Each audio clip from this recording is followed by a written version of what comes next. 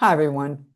I'm Marla Miller from MarlaMiller.com, and I'm offering the 12th episode of Marla Miller Talks to authors and content creators. I'm delighted. I had the idea for this kind of a long time ago because there are many of us, and I mean many, who have joined the writing life in midlife. And some of us have kept the careers that we entered the writing life with, and some of us actually shifted over. I was one of those who, in several years shifted over. Um, and the guest that I had on last week, Nick Deitch, is still an architect and just published his debut novel. And he's been around the block a few times, and so is my next um, author, who I'm delighted because I met Jesse in the early 2000s when I first started teaching workshop at the Santa Barbara Writers Conference.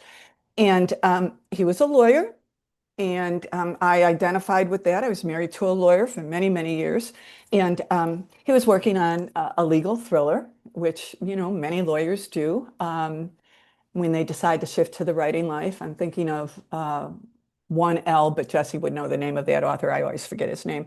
And so Jesse started writing back then, and he wanted to go legacy publishing, which most of us back then did in the early 2000s, because other avenues were just not as available as they are now. And he's going to tell us the story about looking for agents and what he did in between the years that he first started looking for agents and then again started looking for agents, and where he ended up because I love this story. He's got a two-book deal. And so welcome, Jesse.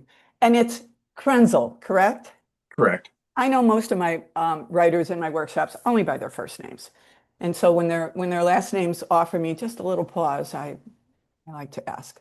Mhm. Welcome to Marla Miller Talks to Authors and Good. Content Creators. Thank you. Tell us, Jesse, you've got two novels out. Let me just your first one, Deadly Landscapes, and your second, Murder Valley. And I believe, were they both published in 2016? Yes, that's right. One in March and another in May. Okay, so tell us that story because it's a pretty cool story, and I think that authors, especially authors who are have shifted to the writing life in midlife or beyond, will appreciate hearing this. It's inspiring. Well, it's hard to tell this as a short story, but essentially, I had gone through the search for agents. It didn't work. I set everything aside for a very long time, Mhm. and then I happened to see this article in an an online newsletter. Authors publish, and they had a list of publishers that Mhm. would look at unagented uh, manuscripts. I Mhm. thought that was great, and I sent it off to two or three of them. One of them was Joffe Publications, or Joffe Books rather, which was in the United Kingdom, Ah. and there was a smaller one called the Book Folks, also in the United Kingdom. And so I sent off they asked for a letter basically describing a query. And Joffe Books said, if you don't hear from us in 3 months, forget it.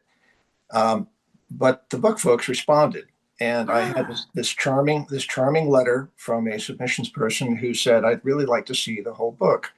Sent it off to them. She got right back to me, said, it's great. We really like it. But the problem is we only, we're big on series. And so Yeah. we don't really publish a one book at a time because we found that a lot of authors have only one book in them. And I had I had mentioned to her that I'd actually written two novels, one of which has nothing to do with Deadly Landscapes. And she said, "Well, send it on to us. We'd like to see it." Mhm. And I sent it on to her. I said, "Like, this is not a book that fits in your list. You're not going to like this." And she got back to me very quickly, and she said, "You're right." And so How this, lovely, though, that you had this honest exchange. That's rare. yeah, Go ahead. well, she said you need two books, so I was going to give her a second book. So then she said, "Well, we could, if you can get us a second book in the series, then, we'd really be interested. And so this is about 20 years into the writing experience, right? And there've been a lot of Yeah. disappointments, a lot of suggestions that, yeah, get back to me and so forth. And nothing had ever happened. I thought, I really don't want to go through the work of writing a second book here unless I get some sort of assurance from you. And she said, well, we can't really guarantee anything, but we could. Let me talk to the publisher, the owner of the company. And so they came back with a proposal that we'd sign a contract. They would publish the first one if I provided them with a second one that was of, quote, publishable quality. And so I said, fine. I mean, at least I've got something in writing. And I Being promised, the lawyer that you are. well, yeah, I wanted it in writing. Yeah, I mean, people come and go in this business, and you're damn right. I never had such a positive response Yeah. as this lady Mariana. I just love that. And so I told them I could probably do it in 4 or 5 months. So I scrambled like crazy and decided it would be easier to write a sequel to the first book, To Deadly Landscapes. And I just drove my wife crazy. I bet you did. Yeah, it was pretty intense. But I got the thing out. I mailed it out at pretty much to the day at 4.5 months. And I didn't hear back from them. Hmm. Okay, not a good sign. I contacted them again, asking about the status of the second book. And about that same time, I read an article indicating that the book folks had been acquired by another company. Oh, Yeah, they'd been acquired by Joffe Publications, who okay. had turned down my first book. So I Okay. said, okay, that's game over, but I'm not going to throw in the towel. And I had communications with the head of the new head of the book folks, and they said, "Well, we found your second book, and we found your contract, and give us a week or two to look at it." And they got back to me and said, "Yeah, you got a deal. Wow. This is great." And so we that's how the first book got published. Okay, so just for our readers to track what you just said. So you got your first book accepted on a contingency, and that was Deadly Landscapes, that you provide them with a series. And this was what press? This was the book folks. Okay, this was a book, folks. Okay. Now, um, how did you get the book? Then you find out that the book, folks, was acquired Exactly. by a larger publisher in the UK. Right. And so you kind of thought, well, probably all bets are off because new publisher, they probably have some legalese in their purchasing or their acquisition that says we don't have to honor. And so I could see where, at least that's how I would have thought. And so then you contacted them directly? Well, I wrote back to the book folks, and Okay. and they They gave you direction to, yeah, they said we'll review it. What they represented was that they were going to keep all of the staff of the book folks, oh, except they were now working for the parent company, those Joffe Books, got it. and so that's how we ended up there. Wow.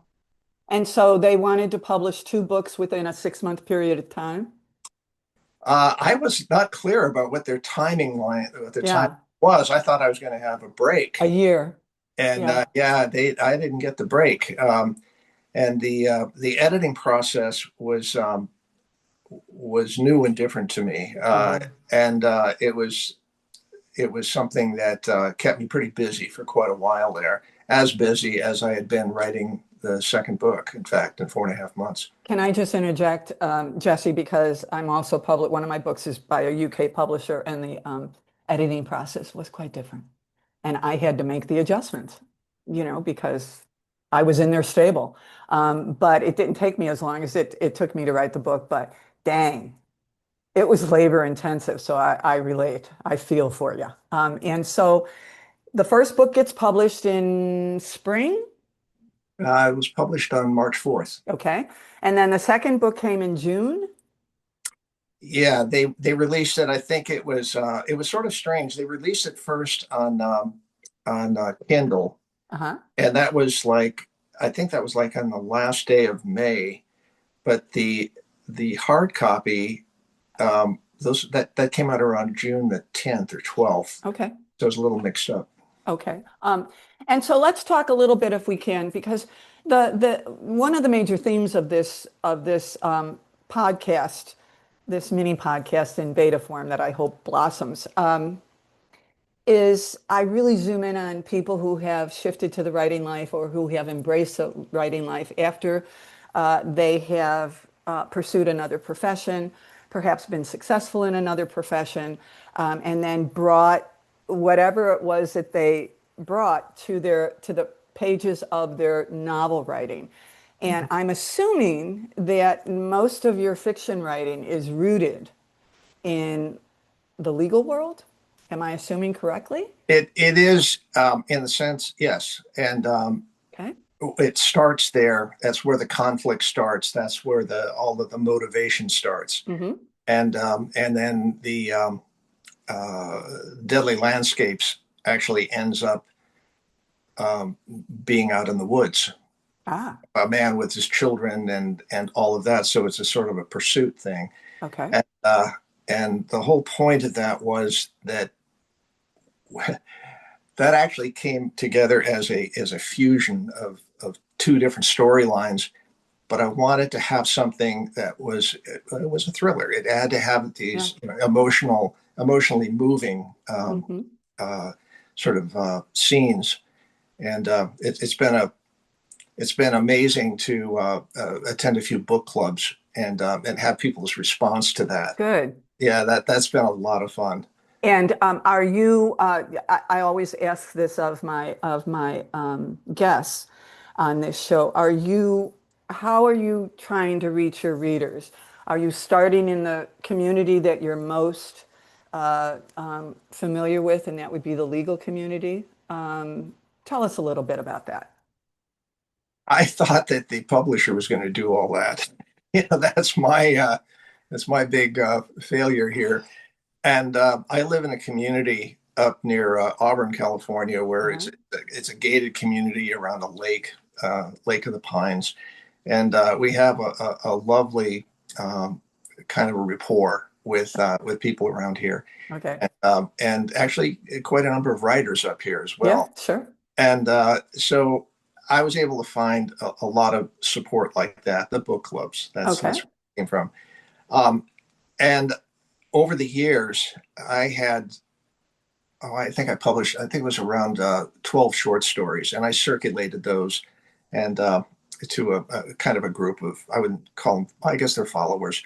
And so I had that going for me, and that Mhm. helped a great deal in terms of getting reviews to the book, the first book.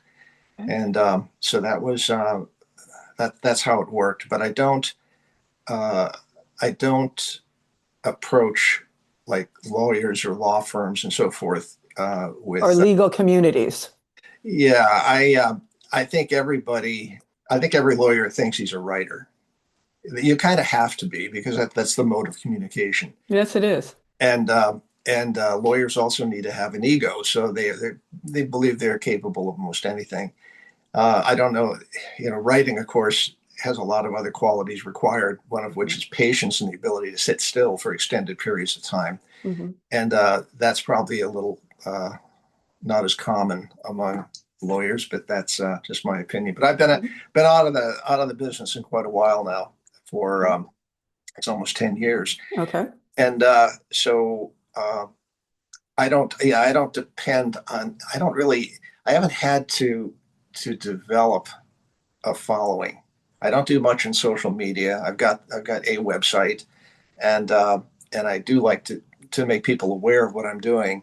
But in terms of the promotion, um, I, I believe you know, and you may have mentioned this in some of your previous messages, but you know, when you get a book out there, the first thing that happens is you get swamped with these promotional opportunities, and most of them are pretty shady. Mm-hmm. There are probably some good ones, but I had an analytic capacity on my on my website. And Mhm. for a while, about a third of my communications were coming from Nigeria, Yeah, promising to promote the book. So it right. gives you a little bit of a sense of, or rather, writer beware. Writer beware, for Yeah. sure. So The when you said that you haven't spent much time on social media, you know how I know that? can't find it. Well, no, because you said that you thought that your publisher was going to take care of the promotion of this book. Yeah. And to have a debut author as yourself saying that in these times, you have definitely not been out here because nobody promotes. I mean, unless you're a huge name, and then Mm, legacy publishers will throw money at that author because they're going to make money. It's risk reward. And mhm, that's just the formula that any publisher, whether they're legacy or whether they're small press, especially if they're small press, mm. or the what do you call it, publishers? And I blank on their name, but that's okay. Um, the ones that we pay up front for. Hybrid. Yeah, the hybrids. None of them, none of them will promote you, and so you have to be your own best advocate. But it sounds to me like you've developed a nice community that, if they help you, then that's the way, we disseminate our work. I'm having an author on this week on Tuesday, um, who was at the Santa Barbara Writers Conference, and Carrie Schlottman, and she is just a noted literary figure. She's young, and the stories that she's had to tell about getting this work out there, and with presses closing, small presses just folding. Where'd my book go? Those stories are notorious out here, and so I'm, kind of curious that you kept maybe your idealism, because we all want to believe that, if they pick up our book, that means they love it and they go on to sell it. And that's just not, it's just not the business model that most follow. So, in terms of your origin story, because I'm watching the time and we're going to wrap this up. In terms of your origin story, Jesse, did you talk to me about writing stories? Because, as I said at the beginning of this interview, I'm married to a lawyer for many, many years. And, he was the law review president in law school, but blah, blah, Mhm, blah. Great, great, great writer. You have to be in order to climb up that ladder. Um, but he wasn't a storyteller. mhm. And there's a difference. And I know legalese very well. When did you know that you had stories in your head that had nothing to do with your profession, that wouldn't go away, that maybe even haunted you? Talk a little bit about that. Um, I I have always been completely obsessed with stories, and it started with in childhood, Yeah. watching television, and then I figure we're saying one of my biographies. I said that the first short story I wrote was lying in a hospital bed waiting for my tonsillectomy when I was 9 years old. Aw. Uh, See, there you go. so Yeah. there was that. But then when it came to making a living, um, you know, fast forward about 50 years, I got to a point where I really wanted to write, while I was still practicing law, and I just simply signed up for a night school class at through UC Santa Cruz, and there I met these wonderful people. We formed a writing group, critique group. Yeah.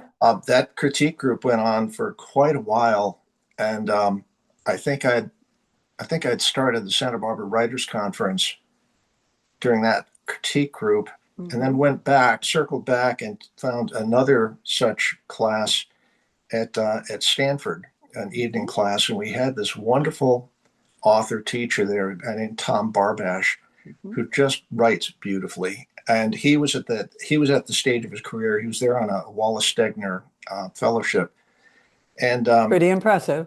yeah, and he was just a great help. Yeah. We took a couple of classes there, formed another writing group, kind of merged with the first writing group. And we just had some really just tremendous success, I think, in terms of feedback and getting the Critical. kind of getting this together. It's been that's what really sort of and of course the writers conference in Santa Barbara, that Mhm. was to read publicly outside that little group and to have and to be recognized, that just lit the fire and just fed it. And it's one of the reasons why we go to writers' conferences is to find our nerve to read, because Yeah, attending a writers' conference and then getting up and reading your work is a really scary thing, but it's a necessary thing. And read and critique yeah. groups are critical, critical, critical to our growth and development as storytellers. And my concern, and I say it with every episode, and I'll continue to say it, is that today's writers, 21st century writers, and I'm not just talking about young people, I'm talking about the almost 4 million self-published writers that put their novels on Amazon last year. Mm. They don't Either they don't believe in it, or they are not getting ongoing education. And just because you're brilliant in one career does not mean you're going to be brilliant in another Mhm. career. It does mean that you have the wherewithal, you have the staying power to, keep getting better and better, just as you did in your career, right? I mean, you can't spend 20 to 30 years in a career and not get better at it, unless it's a really weird kind of setup. But that's another story for another time. Jesse, I really appreciate your taking the time to talk to Marla Miller Talks to authors and content creators. You should be an inspiration to any of us out here who, just keep going.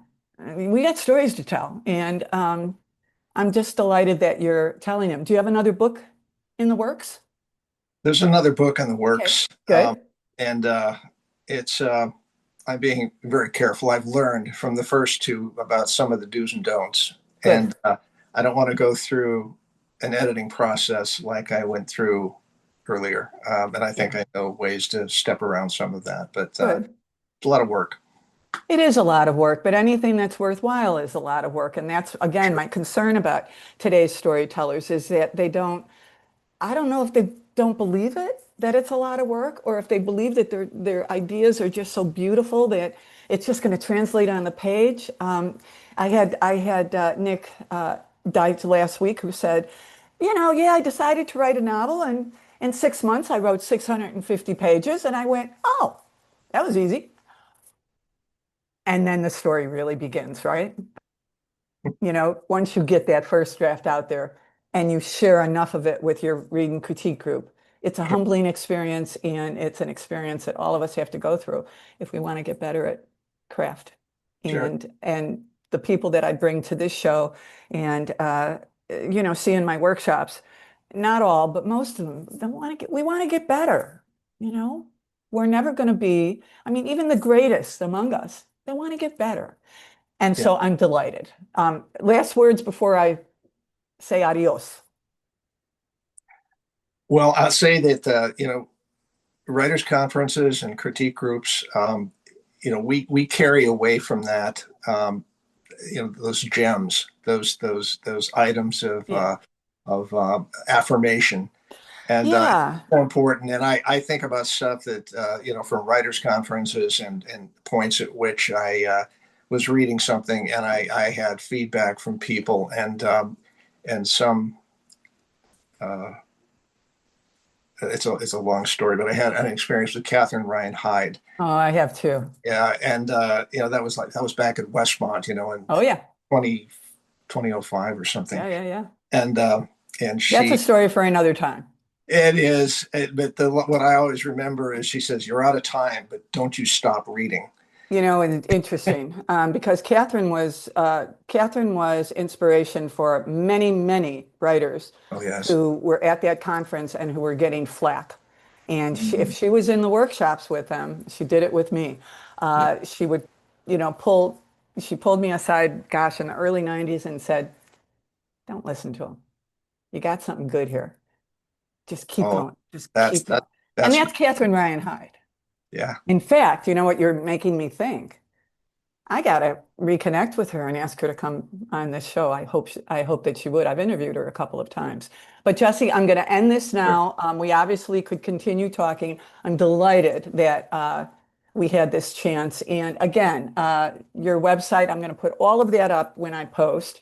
And for your two novels, your first one, Deadly Landscapes, published in March of 2026, and then followed by Murder Valley, which was published in June of 2026. And if you are a suspense thriller reader who loves, your genres are, you had three of them, legal mystery and thrillers. Um, I was big on that for many years. And I know that there are a lot of people who just love these stories I hope told so. by good storytellers. Yeah, absolutely. Thanks again, Jesse. Thank you. Thank you, Marla.